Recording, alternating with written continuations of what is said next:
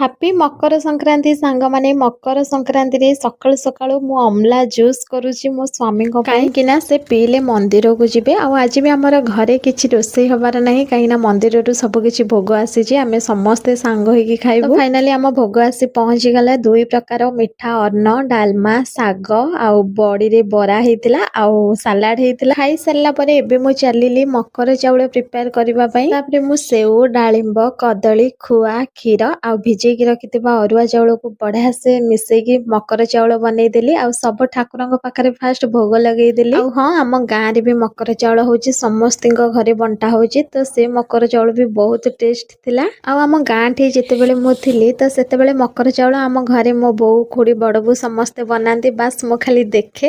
ତ ଆଜି ଫାଇନାଲି ମୁଁ ନିଜ ହାତରେ ବନେଇଛି। ହଁ, ଇଏ ଦେଖିବାକୁ ଯେତିକି ସୁନ୍ଦର, ଖାଇବାକୁ ମଧ୍ୟ ସେତିକି ଟେଷ୍ଟ ଲାଗୁଥିଲା। ତ ଏଇଟା ମୁଁ ନୁହେଁ, ଘରେ ସମସ୍ତେ କହିଲେ। ତ ଆପଣମାନଙ୍କ ଘରେ ମକର ସଂକ୍ରାନ୍ତି କେମିତି ପାଳନ ହୁଏ ନିହାତି କମେଣ୍ଟରେ ଜଣାଇବେ। ଭିଡ଼ିଓ ଭଲ ଲାଗିଲେ ସବସ୍କ୍ରାଇବ କରିବେ।